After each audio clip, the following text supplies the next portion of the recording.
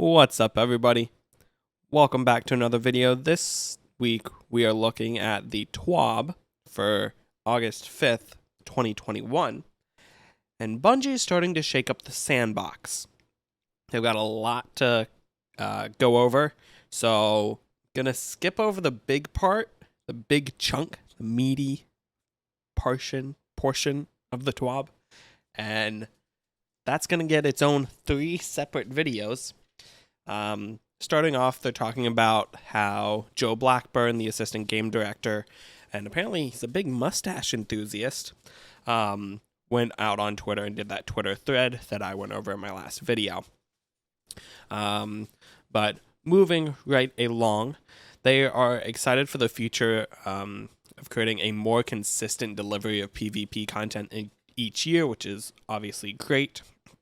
They're going over some general fixes here. The first part is separate melee actions. So, just reading word for word here.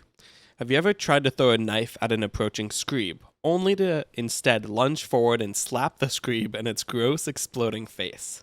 Have you ever accidentally wasted your hard-earned melee charge on a sad lone drag? If so, there's hope. Introducing separate melee actions.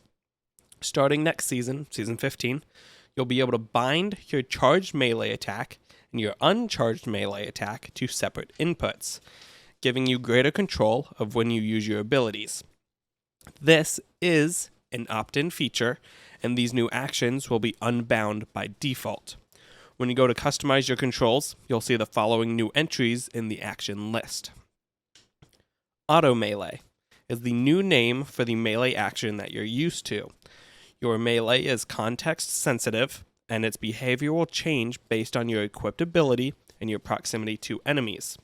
It usually does its job well, but will occasionally betray player intent.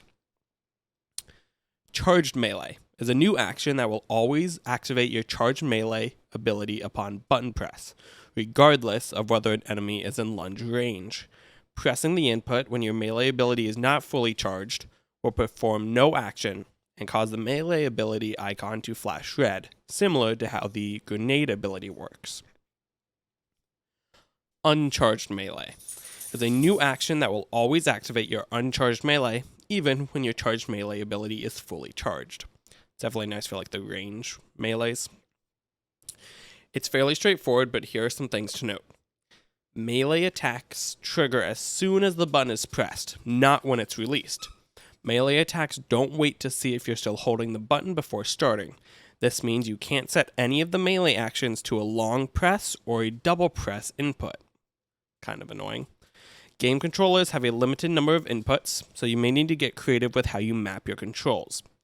Personally, he likes to put charged melee on right bumper and R2, and uncharged melee on right stick click R3. This doubles up the finisher and uncharged melee actions on right stick click and R3, which will prioritize finishing enemies over meleeing them if enemy is in a finishable state. That part is nice.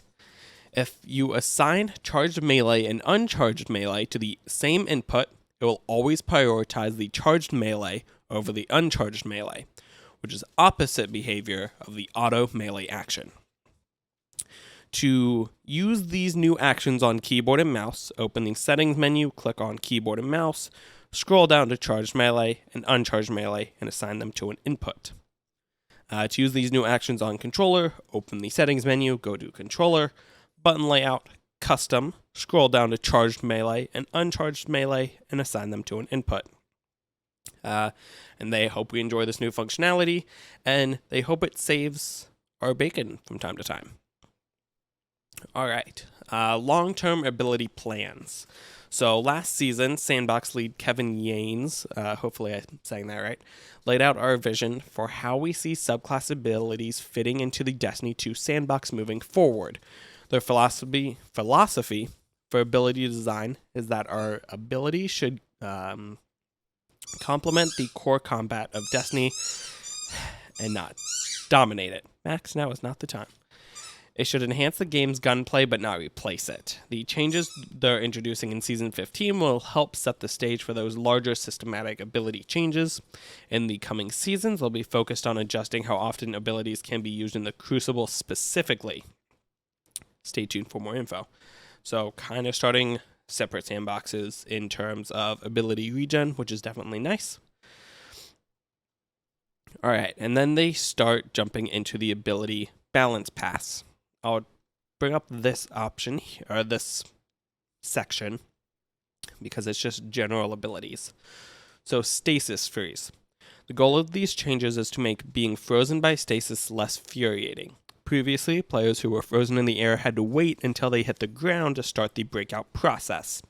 Additionally, they've shortened the window of vulnerability between breaking out of the stasis encasement and losing the damage resistance it provides, and getting back to weapon ready so you can fight back. So, frozen players can now initiate breakout while airborne, which is nice. Shortened breakout animation and camera transition. This means that once you decide to break out, you'll be able to fight back sooner. Also nice. And differentiated long freeze and short freeze visual treatment to make each status easier to identify. Also a third nice. Slide. The goal of this change is to slightly reduce the effectiveness of sliding into engagements to gain the upper hand. Even after the shotgun changes they made last season, sliding into every engagement with a shotgun or any weapon is still incredibly effective, and run-gun playstyles are very low risk. This is how a change that looks scarier on paper than it feels in practice is their opinion, and they'll continue to monitor how it plays out. While sliding, players now incur the following weapon penalties. Minus 20 stability, plus 15% shotgun pellet spread, and a 1.5 times flinch.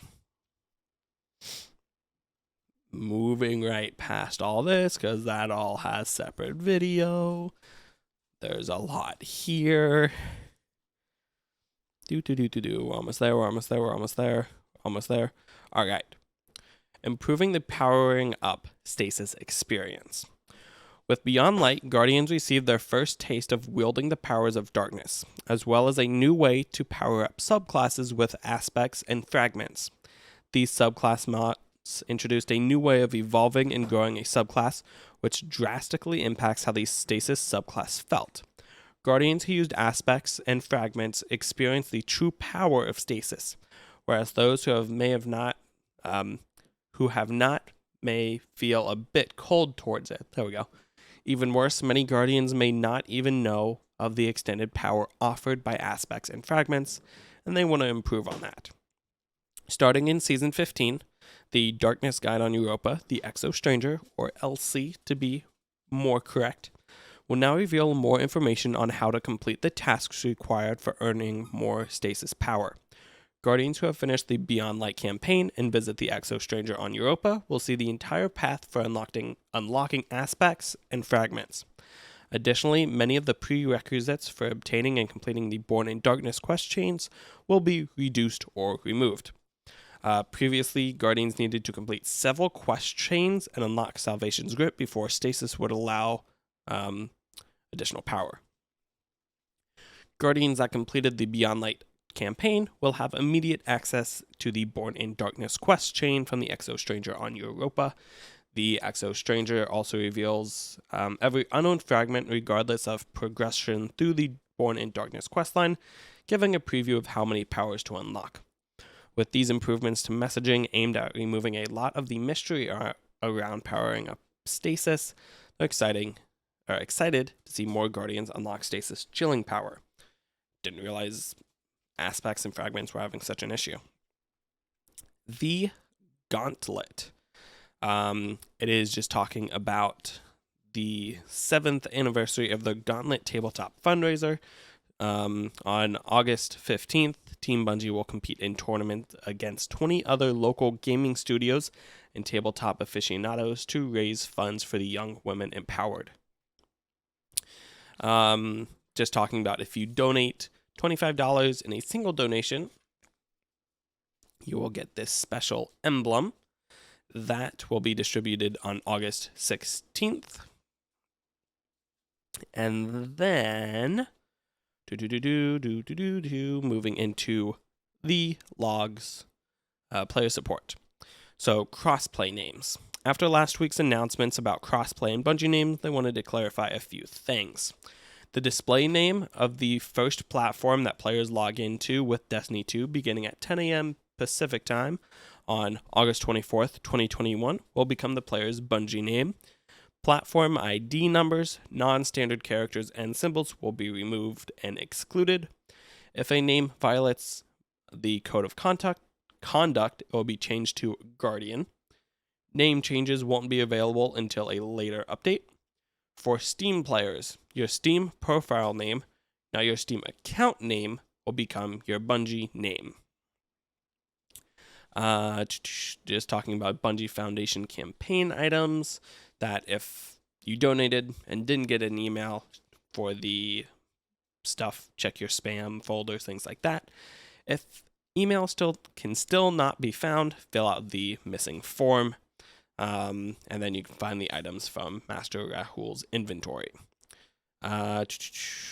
Claim your rewards. So the following will reset and become unclaimable when Season of the Redacted launches on August 24th. Season 14 Bungie rewards, Season 14 seasonal challenges, Vanguard tokens, visit Commander Zavala to turn those in, Valor rewards, so visit Shaxx, Infamy rewards, visit Drifter, Splicer, Servitor Ingrams, and then the Season 13 Season Pass items on the previous season webpage. And then known issues. Some players still have Solstice fragments in their inventory. Logging out and back into the game should remove them.